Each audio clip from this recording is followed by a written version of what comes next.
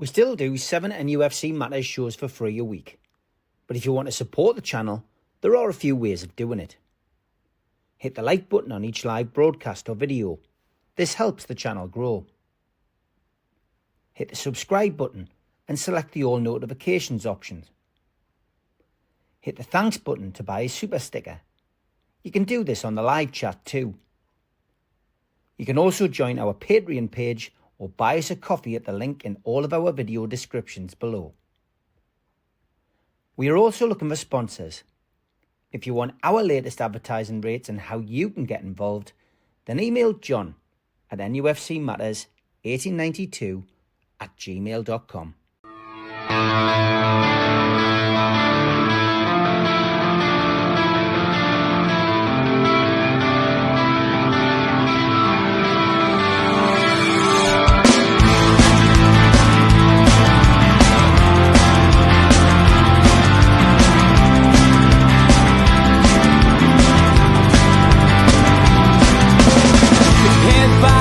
Critics attack. It feels like I've been talking to myself again.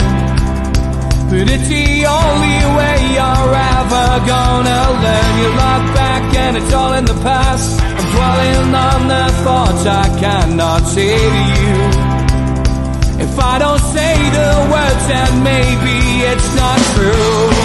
And it feels alright when they come and say to you, you're the only thing that makes us all believe. And it feels alright when the worlds collide. Manipulation stands to make us red. What time you said was coming over you. You wish it upon a star. You wish it on a star. You are, you are, you are. You fight back, it's an all-out attack. It feels like I've been taken on the world's machine.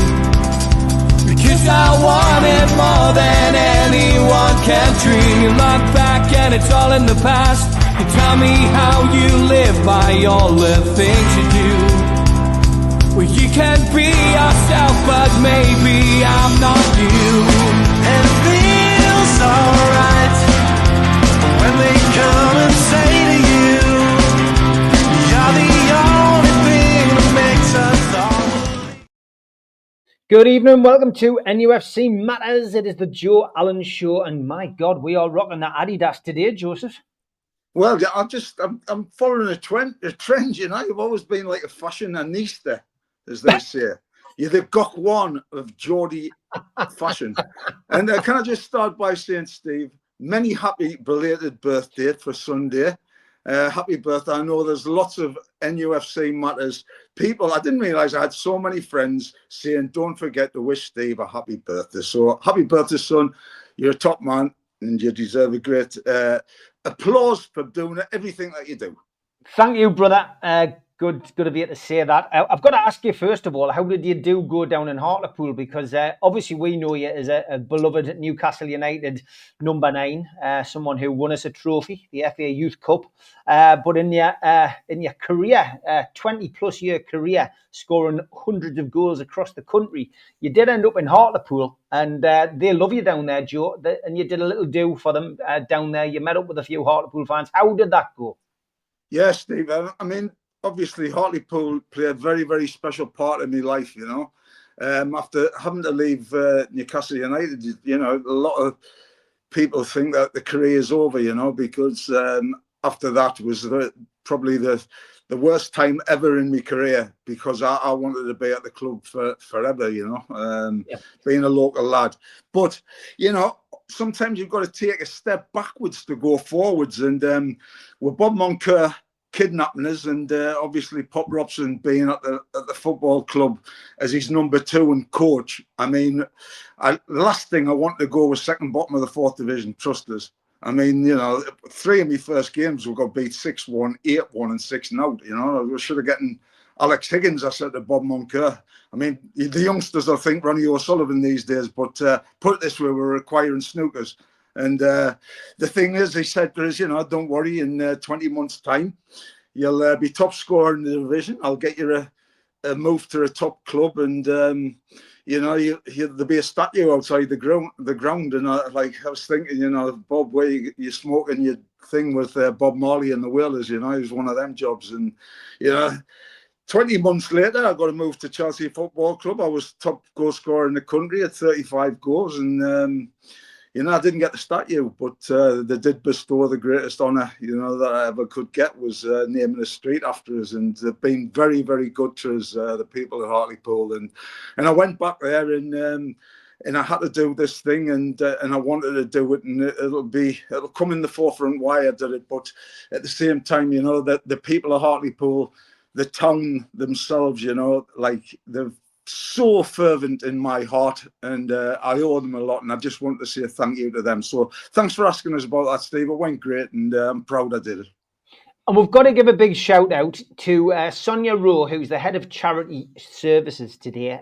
Joe and I this week went down to Havelock Place, which is just off North Shields, really, and an amazing community down there. They had it's dementia, and of course you guys out there helped us massively raise money for Dementia Matters. Joe and myself were ambassadors, along with the lovely Leslie St. John, and we were a big part of that. We raised lots of money thanks to you guys, part of the NUFC Matters family. Well, we were approached by Sonia Rowe at the back end of last year to go down and visit this Havelock Place. It's a wonderful the best way to describe it is it's a flagship extra care housing scheme. They've got Admiral Nurse Service, 349 active customers, a waiting list of 70, and the dementia activity regularly attracts 100 people each month. She gave us a tour of Havelock this week, and it was amazing. I've got to be honest, I was blown away. We used to go to the Bradbury Centre, which is where Dementia Matter was based. And we were absolutely blown away with this place. The people there were very happy. They were, as we were walking around, some of the residents were in and they were taking part in an art class. They had music on. The place has been there 4 or 5 years. The Duke of Northumberland had helped establish the place. And it has been such a wonderful, wonderful place. You can see that already. They've got a community where people can come and go, both those who stay there and those who visit them, the family. They've got different levels. So they've got one building which has 6 and another building which houses 6 for different levels of dementia and where you're at. And the main building, the Havelock building, holds 27 people. But I think the thing that blew us away, apart from the cleanliness, how fresh it smells, and the thing that everyone's got their own room, was as we walked around, there was memory corners on every single corner. They had a post office, like a drawing of a post office on the wall. They had a cafe, a bus stop. They had chairs where people could stay. They had photographs on different walls, meant different things. One was sports stars, one was films, one was books, one was, old streets and old places in the Northeast. But generally speaking, this building was fantastic. Wonderful gardens as well. So when the weather does get a bit warmer, they can go outside. The families can go outside. They can bring the animals to visit. But you know what? I think we found, for NUFC Matters anyway, I think we found a new charity to attach ourselves to permanently. Joe and I believe, I don't think we'll be speaking out of sync for Leslie. I think Leslie will probably go on board as well. But I think we're going to attach ourselves to the North Tyneside Age UK Dementia Centre at Havelock Place. We're going to help raise money. They've told us how they need us to raise money, what they need us to raise money for, and I think we're going to get involved with them. But I've painted a picture, Joe. I don't think I missed anything off, but it was great, wasn't it? Absolutely fabulous, Stephen. Well said. And first and foremost, I've got to thank everybody at NUFC Matters. They know that by helping us with Dementia Matters. But the thing is, charities go in crisis, and every charity out there, I cannot stress, they're all worthy charities, It's the fact that, 1 in 2 people are going to be affected or going to know somebody with dementia or in their families, and this is fact now, But what got me and blew me away was when we met this girl, Sonia, today, what a lovely lady. The one thing she portrayed to me, which was music to my ears, is the raising awareness for families, the raising awareness for carers after being in that position. It's an unthankful task, but you do it for your loved ones that nurtured you, that brought you up, that got you through every step of your life, and you see them in this shell. And I'm not going to harp on to people about it, right? But it's so important that people are made aware of this, and the carers. But the greatest thing that she said was that people have a lot of problem, like, when you put people in homes, it's very, very expensive nowadays to put people in homes for full care and 100% care. And this facility enables people to, if they're entitled to housing benefit, to get the housing benefit paid by the council, to get them housed in places like this, which is absolutely secondary to people that haven't got the money, and that other people that have saved all their lives, to spend their retirement with one another, and they get older and the money gets taken off them because they cannot afford to pay for places in homes. This is a great, great place to give people hope that, they can get looked after 100% at different stages of the dementia. And I was absolutely, like you, blown away, and I can't wait to get involved with it.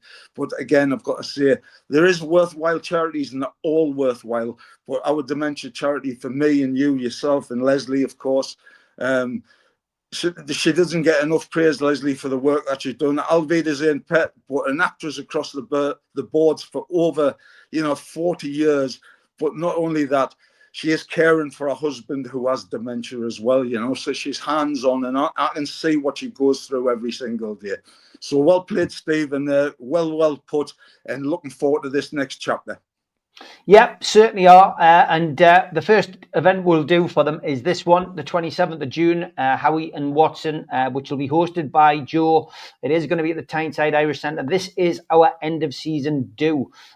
Tickets are on sale from nufcmatterspodcast.co.uk. I'll stick the banner up there now. Where is it? There we go.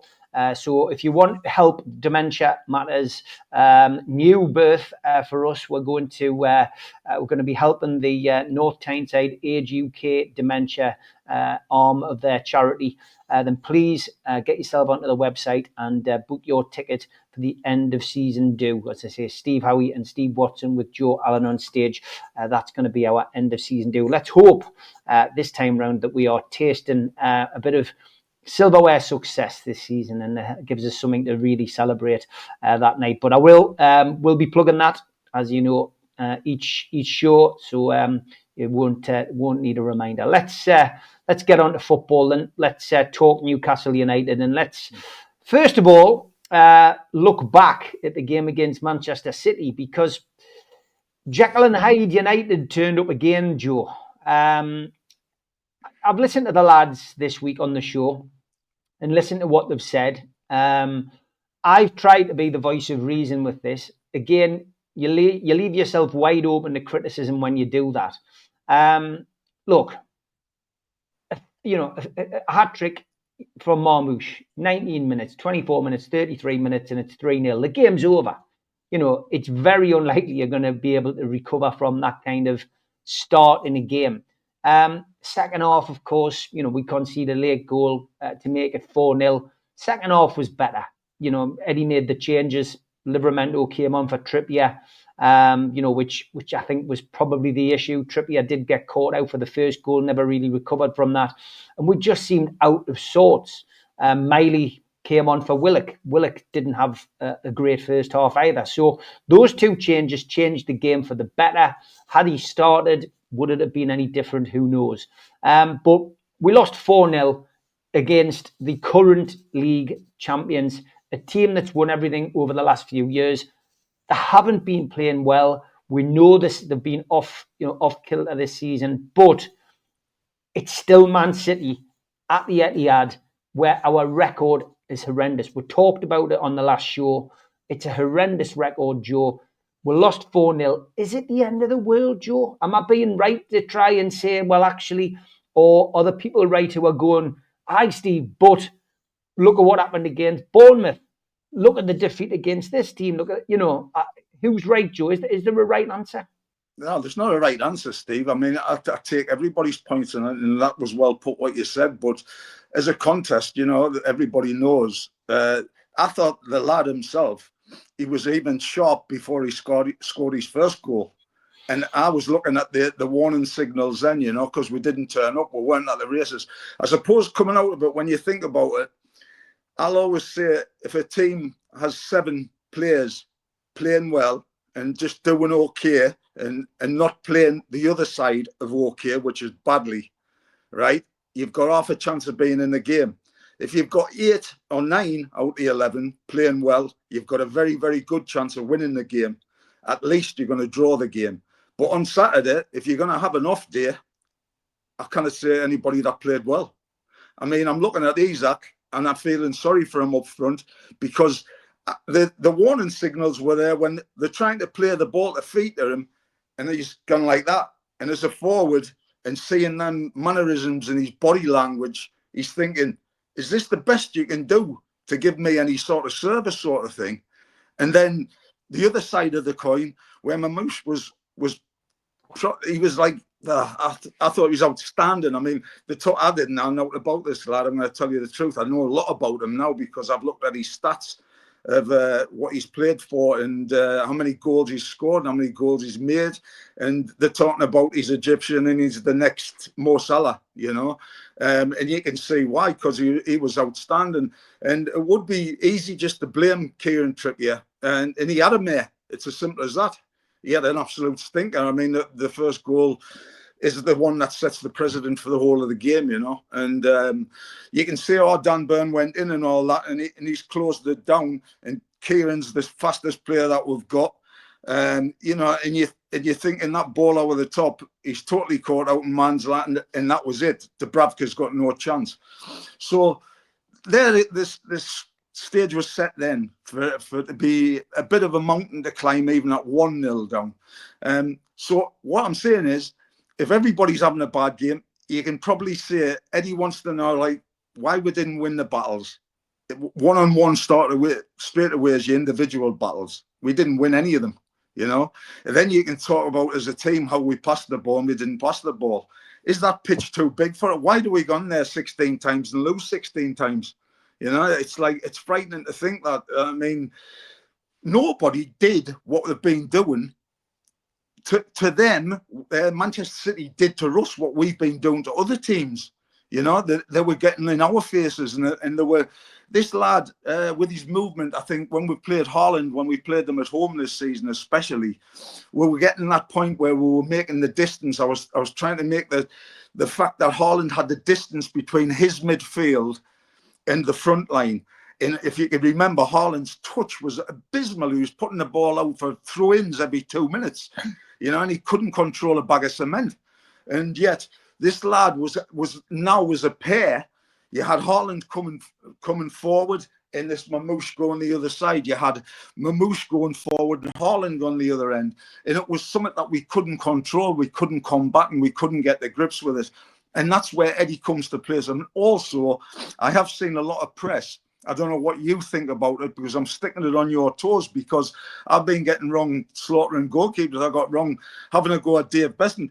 I was trying to say when I was talking about Dave Besant about that game changed his career at Chelsea, but I've had stick off Chelsea supporters saying that Dave Besant was the worst goalkeeper I ever played with. I wouldn't say that, you know, because I played for Hartlepool in the second bottom in the 4th division, and trust me, the goalkeepers that we had there weren't Peter Shilton or David Seaman. But the difference with goalkeepers is Eddie's got this chance now. Dubravka's let in 4 goals. I'm going to ask you, is them 4 goals he let in? Because I'd fault for Dubravka for at least 1. But at the same time, do you forgive Dubravka because of his clean sheets? Or do you say, right, we're going to take the ball playing skills of Martin Dubravka that he's got, which is a lot better than Nick Pope, his crossing ability, which is better than Nick Pope, or do we put Nick Pope in for his stop shotting, which he's class at, he's different class at? Yeah. So I'm saying to you, what would you do? Because that's Eddie's decision. Eddie, it's down to you to make the decision. That's what you get paid for. What would Steve Wraith do? Aye, it's such a tough decision, this. I've got to be honest. My side of the fence, it's Nick Pope all day as the number one goalkeeper.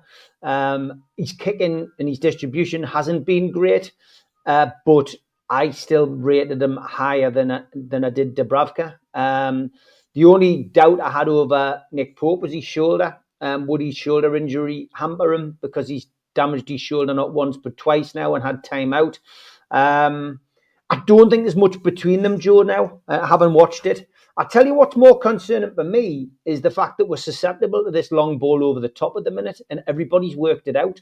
And the first goal, you mentioned the Mamouche was already running as ragged prior to him getting the hat trick. He was, but the goal came from Edison's long ball over the top. And it was a hell of a ball, Steve. It was a great ball. Completely, yeah. He's got the most assists. You can see why he's got the most assists for a goalkeeper in the Premier League. But it's gone straight over the top. One bounce. Shaw caught flat-footed, and Marmouche took advantage of it. And we're getting caught out with daft little things like that, you know. And that's down to Eddie to spot that. Really, he's got to say, we've got to cut this out. How do you cut it out? Okay, well, you've just got to be ready for it. The goalkeeper's got to be ready for it, and the back four's got to be ready for it. And you've got to cut it out. Is there anything you can do to cut it out? You know what I mean? How do you stop that, Joe?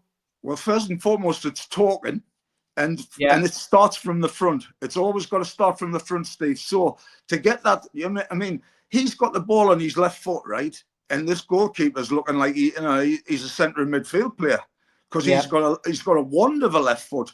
So as your first line of defence, you're forward, you've got to bust your gut and break your neck to put him under that much pressure. So he cannot pinpoint that ball, because that one ball has took out 10 players on the pitch, and there's only Mamouche with it's bounced once and he's logged them. Dubravka's in no man's land. Kieran Trippier is dead to the water, and now he's gone. And the thing is, the lads finished it with a great finish, but an easy finish for a forward like that, you know, of his quality. So you've got to talk as well. The centre halves. I mean, Dan went and got sucked in. Like you say, Shaw's in between the devil and the deep blue sea, I would say. He's in no man's land. You either commit for one or the other, you know, and he didn't do either. Yeah. And like I said before, if you've got 7 playing badly, we'll hope that it gets out of the system. You give your head a shake. You say, right, that one's gone now, which it has. But Eddie now, to have worked since the weekend, give the lads a day off on the Sunday, get them in on Monday and work with it to the team that he's going to play. Will Kieran Trippier play? I don't know. Will Livramento keep his place again? Because is he going to be forgiven for that? I mean, it was a horror show from Trippier. But the good news is for Trippier, he's not going to play against that lad every week. Yeah. You know, we've got to remember how old he is, haven't we? And the thing is with Tino. Tino is a young'un who's coming through and he's learning on the job kind of thing. Came back from that bad injury, but everyone was raving about Tino. Lewis Hall was getting it in the neck last season. This season, Lewis Hall's turned it on its head. Lewis had a torrid time against Man City as well. He had no cover on that left-hand side, and he got completely schooled because he was doing 2 jobs. But it happens. I think there's probably some of the fan base just think we should just go with the youth. Forget about playing Trippier now. Trippier did want to leave. There was talk of him wanting to go. But Eddie's loyal when someone comes in and does a job, and that's his prerogative. I'll chuck another one into the mix. The midfield conundrum. Because Joe Linton, we always miss Joe Linton when he's not playing because of what he gives with, because of the work that he does in there, the dirty work that he does in there. You replace him with Joe Willock, who's a completely different player, and it doesn't work. Now, when Lewis Miley came on against Man City, it tightened things up in the midfield. Lewis can do that job. Lewis played a lot of games because of the injuries. People say, is he ready? Is he ready? Is he ready? Well, he was ready to do a man's job last season. The kid's learned he's come on leaps and bounds. Is it time to give Lewis Miley the opportunity against Forest at the weekend instead of Joe Willock? Every time for me. I mean, I've said it since he played, and for me, it was always, has he recovered from his injury? And when he played in the FA Cup tie at St James's Park, scored the wonder goal, but it wasn't just the wonder goal. It was the way he controlled the middle of the park, Steve, the way that he took and accepted responsibility And it's got to be brave for a youngster like that, you know. He's just turned 18 years of age, and he's brave. He's shouting. They're giving him the ball because they trust him with the ball, you know. And you're never too old to break through. You're just a number, man. Honestly, give him a chance, because you could say Joe Willock got a blinding game against Birmingham, and he did. And it'll say that he scored 2 goals, and that's brilliant. But it's a game now for Eddie. And I think this is the fact where the manager got to earn his spurs, you know, because we're giving Eddie praise, and rightly so, because for me, he's the best English manager in the country, without a shadow of a doubt. Yeah. I stand by that, whatever anybody says, you know, and I will say that he will be a future England manager. But I don't want him to go yet. But for Eddie now, he's got to think, what we used to say, like, you know, you understand sometimes when you get left out as a player, because it's horses for courses. It's the opposition is a total different game every single game, especially at the top flight in the Premier League. You're playing against Man City team where has Eddie getting the picture right, sort of with the personnel that he's put out for that game. If people had looked at the team beforehand and had said, yeah, we're going with that because of the injuries and what have you, but unfortunately, we've lost the game inside half an hour, like you said. The game's over. You know, it's gone. So at half time, you're bringing them changes. You've got to go and bush like that to try and salvage something out of it. We're never going to get back in the game at 3-0. I mean, it was a game over job all day long for me. But then you're getting the players that come in that's going to be saying to Eddie, right, I've got 45 minutes or half an hour to play now. I'm going to make it impossible for the manager to leave us out. So if you're looking like that, we've lost the game 3-0 in the first half, and we've lost the game 1-0 in the second half. But in the second half, like you say, we did come into it a little bit more because we looked a little bit more solid. But we were going to score a goal? I don't think so. No, I don't think so. I thought John Stones, and I want to talk about their players, I thought at centre-half we were going to have a good time, because that Akanji is one of their backbones in their team, probably one of the first names on Manchester City's team sheet. But with him out, John Stones comes back. Honestly, he looked like bloody Bobby Moore at the back, you know. And you think John Stones a bit like the Johnny Woodgate that we had scenario at Newcastle. If he was a John Stones that was fit every week, like Woodgate every week, you're talking about, hey, up there as being a class act of a footballer, you know. And I thought he ran the show for me. John Stones at the back, playing against, you know, arguably one of the best strikers in Europe, and he had him in his pocket. Yeah, I mean, there was a little service to Isaac. His hands were in the air, and you know, he was pointing. His body language. Well, yeah, I mean, and he wasn't happy, which is understandable. But you know, it's a team game. Everyone, you win games together. You lose games together. It takes us to the captaincy, Joe. I want to ask you about the captaincy. We've discussed that. A few of the lads have brought that up, you know, throughout the season. I mean, it was a head scratcher at the start of the season when Bruno suddenly was announced as the captain. You know, obviously that led to us speculating that Kieran Trippier could be off. We knew he was having trouble in his personal life. We knew that potentially he was wanting to move away. We nearly lost him in the January transfer window, not this one, but the one before. But he didn't go. Then he stayed till the summer. Then we're thinking he's going in the summer because Bruno got the captaincy. But Kieran Trippier still plays a part. You know, has ups and downs like everybody. But Bruno is a captain. I mean, it's games like that where I look at Bruno and go, God, you know, he's you watch him and it's frustrating, because he's not doing for me what a captain should do. And I know it's different. I know it's different at the level that I played on a Sunday. But a captain for me should be talking, cajoling, should be a leader by example. That's what a captain was for me on a Sunday morning, Joe. Bruno doesn't do any of that. I've got to say, Steve, you're hitting the nail on the head, because that's when you find out what your captain's about. You didn't find out your captain when you're winning 4-0. You find out about your captain when you're losing 4-0. You know, and he went into a shell. He was miles away. He was miles away. Tonali was miles away. But I didn't think Tonali was looking and thinking, what's going on? Because he couldn't understand what was going on. And the end of the day, when you're looking at that, and I'm saying, when you're getting, you know, 7, 8, and 9 players that's having a mare, and there were, we've got to say that we didn't turn up. It was totally wrong, you know. It was a shambles. We've got to say it was a shambles, because it was. But that's when you're looking at your captain. So then I'm thinking, Bruno's playing well, and I see the captain's armband. It's great when you're doing all that when you're winning, but this is when you find out. So, is it Dan Burn?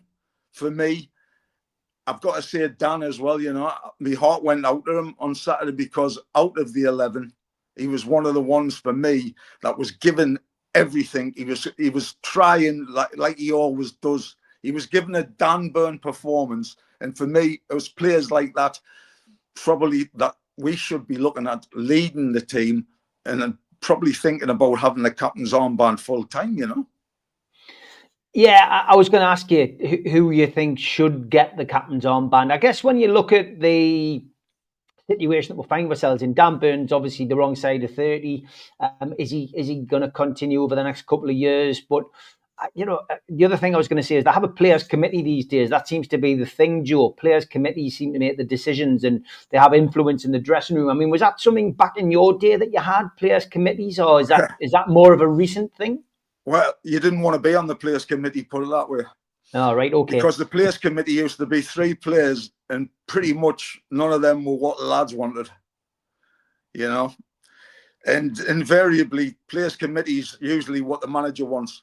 And not what the rest of the players wanted. And hey, I might have been a record signing at one club, right? But I was always an Indian. I was never a chief. Right, okay. We'll have a quick ad break. We'll be back after this. A big thanks to all our sponsors, Skips and Bins. Say hello to low-cost waste disposal with pay-as-you-go and contract waste management. Find them at their website, skipsandbins.com. Contact them, www.skipsandbins.com/contact. A big thanks to Mr. Vicky's Sauces, handmade in Cumbria. You can find them at their website, mrvickies.co.uk, email info@mrvickies.co.uk, or telephone 01768 210 102. A big thanks to our fanzine sponsor, United Group Travel. 2 crew, driver and courier, local family company, 3-star plus quality hotels and no interchanges. All excursions included. Find them at their website, www.unitedgrouptravel.com. Email them at beverly.ugtl@gmail.com. Telephone 01670 632 460 or mobile 0791 666 4174. Just £30 per person deposit. There are no strangers on our tours, just friends you haven't met yet.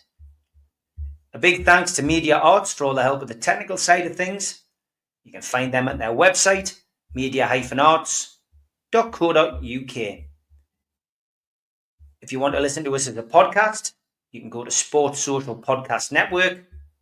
You can also find us on iTunes, Spotify, and your other podcast providers. If you want to help support the channel, hit the thumb up, which is the like button. Click share to share to your other social medias. Click join to join the channel. And click the subscribe button. We've also got links in our description for buy us a coffee and to be a Patreon member. Some events coming up. An afternoon with Sir Les Ferdinand, 6th of April, 12 till 4. Tickets available from ticketmaster.co.uk. No Covers takes place at the Cluny, Lilac Lane, Ryder and the Chris Norris Band. Tickets from theclooney.com or by telephone in 0191 230 4474. An evening with Steve Howie and Steve Watson, hosted by Joe Allon, takes place at the Tyneside Irish Centre on the 27th of June. Tickets for that are from newcastlelegends.com. An evening with Peter Beardsley and Chris Waddle takes place at the Tyne Theatre and Opera House on the 23rd of January 2026. Box office 0844 246 1000 or website tynetheatreandoperahouse.tv. An evening with Bad Manners takes place on Friday the 30th of January 2026 and tickets available from ticketmaster.co.uk. And we have copies of The Entertainers 1992 to 1997, Kevin Keegan's Legacy, available from newcastlelegends.com. And don't forget, we are doing that end of season what, who, how, we endure for dementia now. So get yourself onto the website, nufcmatterspodcast.co.uk, and buy your tickets today.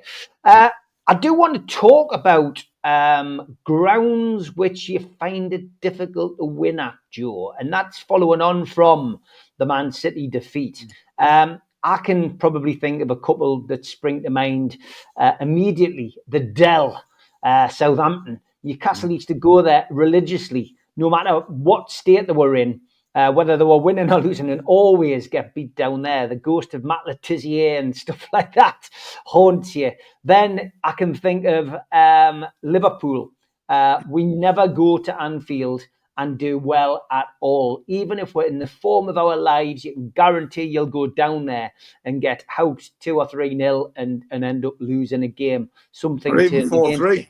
Can I also, and 4-3, and can I also say, unfortunately, with a cup final on the horizon, there's another place we don't tend to do very well since the 1950s.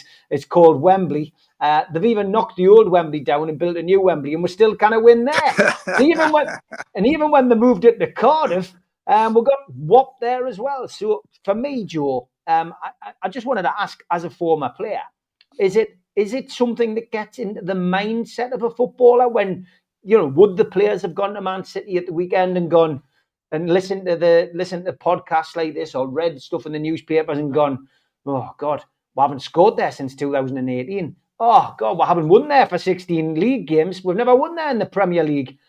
Things aren't going to change. Is that a mindset? Can you get into that?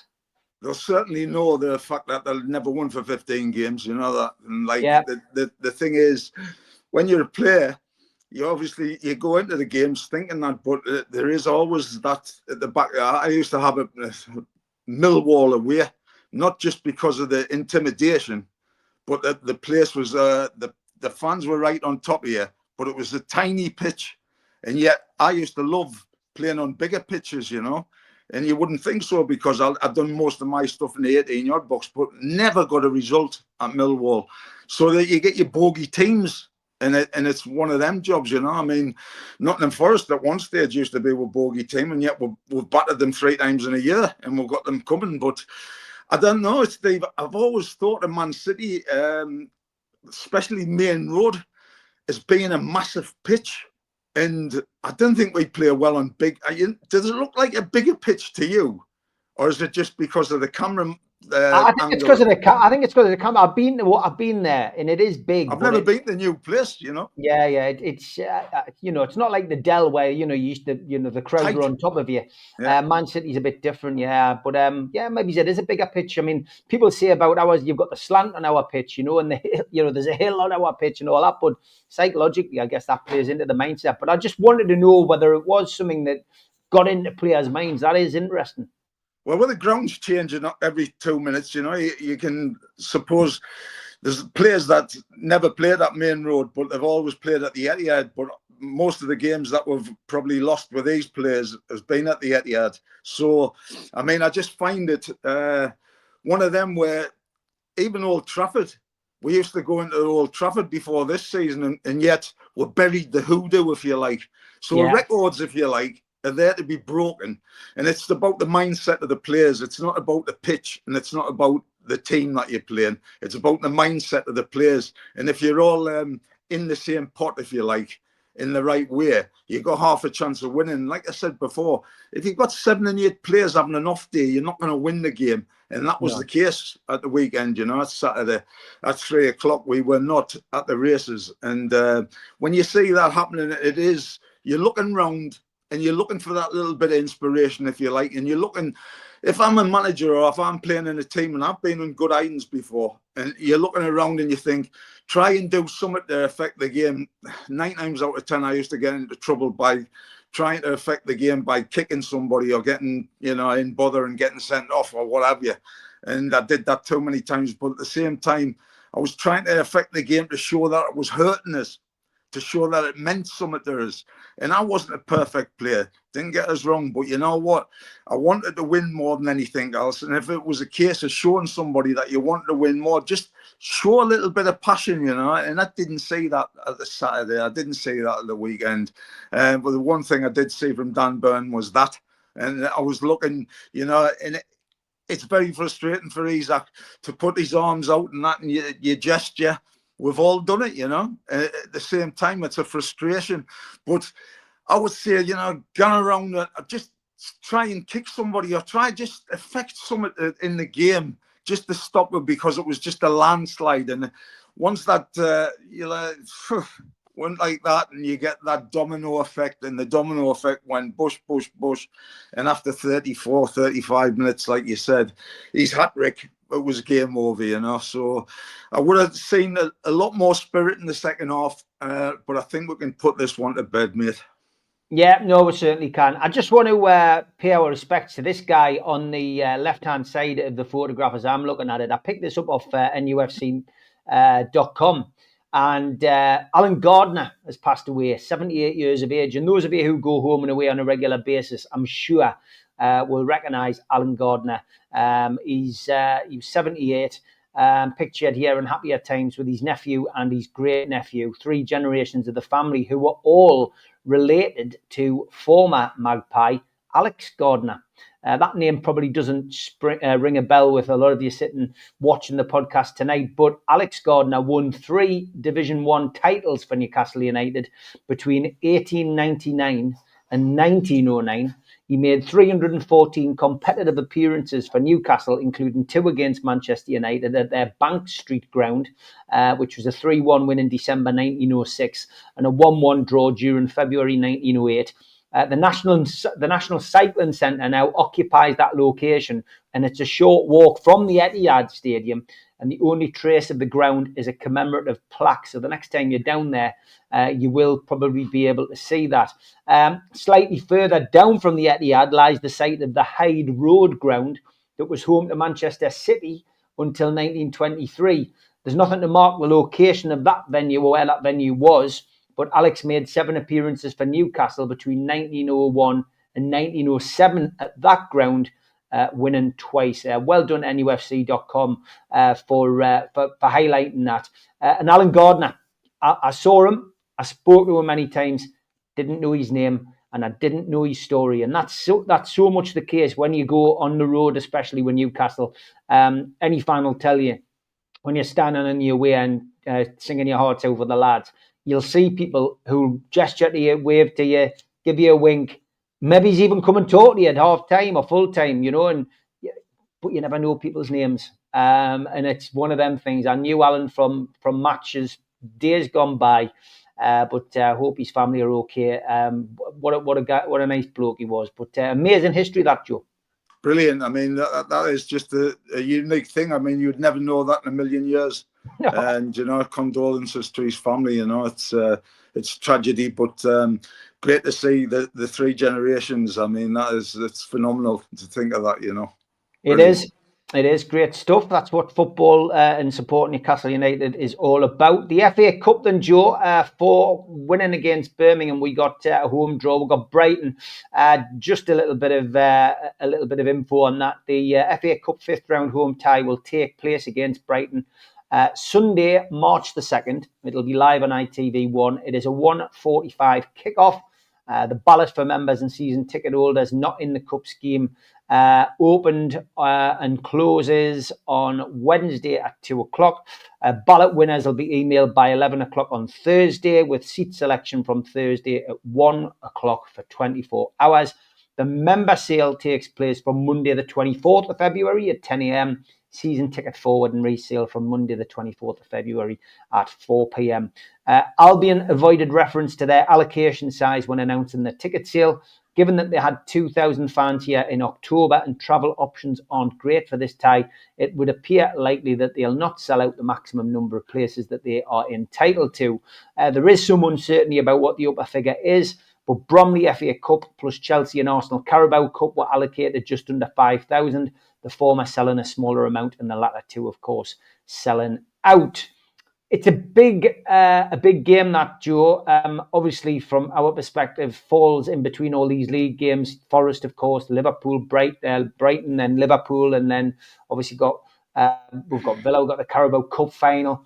But Brighton, I mean, it's a home draw, Joe. It's great to have a home draw, but it'll be a tough one, especially with them doing your old club Chelsea by 3-0 at the weekend. It's brilliant. I mean, you think of Brighton, and we're saying, that every team. I mean, I could mention on Saturday when we did the podcast before the game against Man City, I said I saw a Premier League player getting interviewed, and I said I'm sure it was Shirley Bassey, and it was the lad from Fulham, and he was saying, and he actually scored the winner, by the way, for Fulham that day. The centre off, I think he is for Fulham, and Yeah, he is. he said everybody can beat anybody. Well, you have a look. Nottingham Forest stuck 7 against Brighton, and next week Brighton beat Chelsea twice in a week that nobody's done this season, and then emphatically battered them 3-0, like you say. So they put a good performance up against us as well when they come to St James's Park.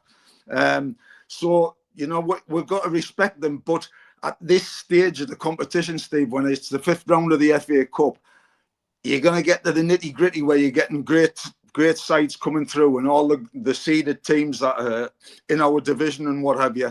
Not everybody can get a Plymouth. Would everybody want a Plymouth? I certainly would at home. But at the same time, the home draw in the 5th round of the FA Cup is of vital importance. Massive importance to get the home draw. And I think if you get the atmosphere that we had against Arsenal, in that semi-final second leg, which I mean, you were there. I mean, at this time off the telly, and I really mean it, I could hear the difference on the telly this time. Honestly, the supporters were coming through the telly. It was unbelievable, the atmosphere. You could feel it every second of the game. Right from first whistle to last whistle, even before the game when they put the coverage on the telly, there was the atmosphere was second to none. And I think it'll be that sort of thing. And the Sunday kick-off, March the 2nd, it would have been a special day for me because my mum and dad's wedding anniversary. I think it would have been 70 years that have been married if they'd still been with us. So let's hope it's a lucky day on the 2nd of March. Like I say, we're in this position now where there's certainly 2 cups. We're at Wembley once, like you say, and this game, home game, and all of a sudden, you're into the last 8, and you're 2 steps away from Wembley after this. But let's get through this next league game that's coming up. It's really important. It's game by game. It's looking like what they all say, the old cliche, Steve. You hear it every time now, and it's lovely. Excuse me, please. It's lovely to listen to this cliche that every single game we get at this stage of the season is a cup final. It seems of vital importance, and it really is. One, with the league form, that's your bread and butter.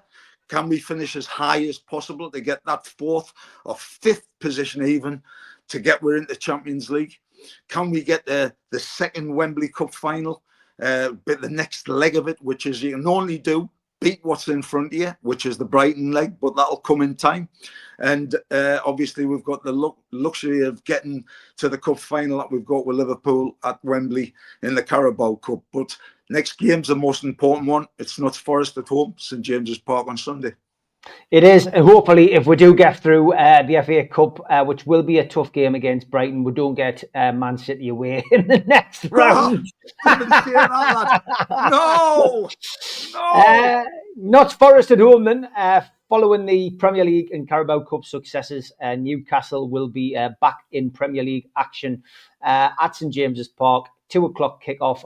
It is live on Sky Sports on Sunday. And after losses to Bournemouth and Fulham, we will be hoping to avoid 3 successive Premier League home defeats for the first time since February 2021 under Steve How's the Bacon Bruce. A 3-1 success on the banks of the Trent in November. I was there. Gave Newcastle an opportunity of their 4th double of the season, following maximum returns against Spurs, Wolves and Southampton already. The team news a little bit early as we're pre-recording this show on Tuesday, but Sven Botman may return. Eddie did confirm that last Friday. Joe Linton and Jamal Lascelles remain unavailable. As for Nottingham Forest, well, Carlos Miguel and Tayo Anawoni are doubts. There are a trio of ex-Newcastle United players who are all in and around that first-team squad who could feature this weekend. Elliot Anderson, of course, we didn't want to sell him. We did, and he's having a cracking season. Obviously, the PSR rules prompted that sale.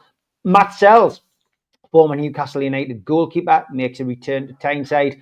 And Chris Wood, who bagged a hat-trick here last season and is flying high this season, is also going to be making a return. And that guy just can't stop scoring.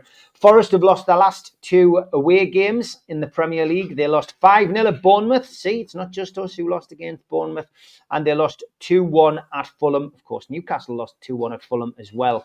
So not travelling as well, but they have got quite a bit about them, Forest. It's going to be a tough game. The referee has been announced as we are recording this show. It's Jared Gillette, the best a man can get.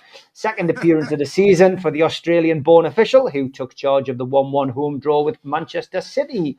And on VAR, it is Peter Banks. Don't forget as well, with it being a home game, the food bank will be in their usual place, just behind the Gallagher stand, and you'll be able to pop over to see them and donate directly into the bucket. And don't forget, if you do that, Newcastle United director Jamie Rubin matches all match donations from there. So that is great stuff, still being done by Jamie Rubin. So, Joe, big game this, Nottingham Forest. Got to put things right after the disaster at the weekend. What's your feelings about this game, mate? Well, first and foremost, they'll want to put it right, Steve. The lads will want to put it right, whoever he puts out there. Obviously, we've done Nottingham Forest twice, and like you said, on their travels, they haven't been as good as what they have with the consistency that they've had throughout most of this season with the league position that they've had. This manager, I really like this manager. Even when he was at Wolves, I liked him. I think he gets the best of everything, of every ounce he gets off the players. And he's a chop and changer as well. He's not bothered about reputations. He's not bothered about big name players. He's not bothered about them getting in the England squad. 2 of them got in the England squad and actually got on the pitch, and he dropped them for the Nottingham Forest game in the league next time they come back. So he's not bothered about reputations. In Elliot Anderson, they've got a player that I do think he shouldn't have been allowed to leave the club, but we know why he did. And good luck to Elliot. He's coming into some really good form, I've heard, of a friend that I've got in Nottingham. And he's saying that when he plays, Elliot Anderson's the one that makes them tick. And he's took over from one of the crowd favourites, if you like, the young player called Yates that they had in the middle of the park, who's really on the outside looking in now. But like I say about the manager of Forest, he chops and changes with the wide players. But when he sticks with them, the flair players, you know, and this is why Wood has scored so many goals for Notts Forest this season, because he's getting so much great ammunition from both flanks, but also in the midfield as well. You know, yeah. They've got great midfield.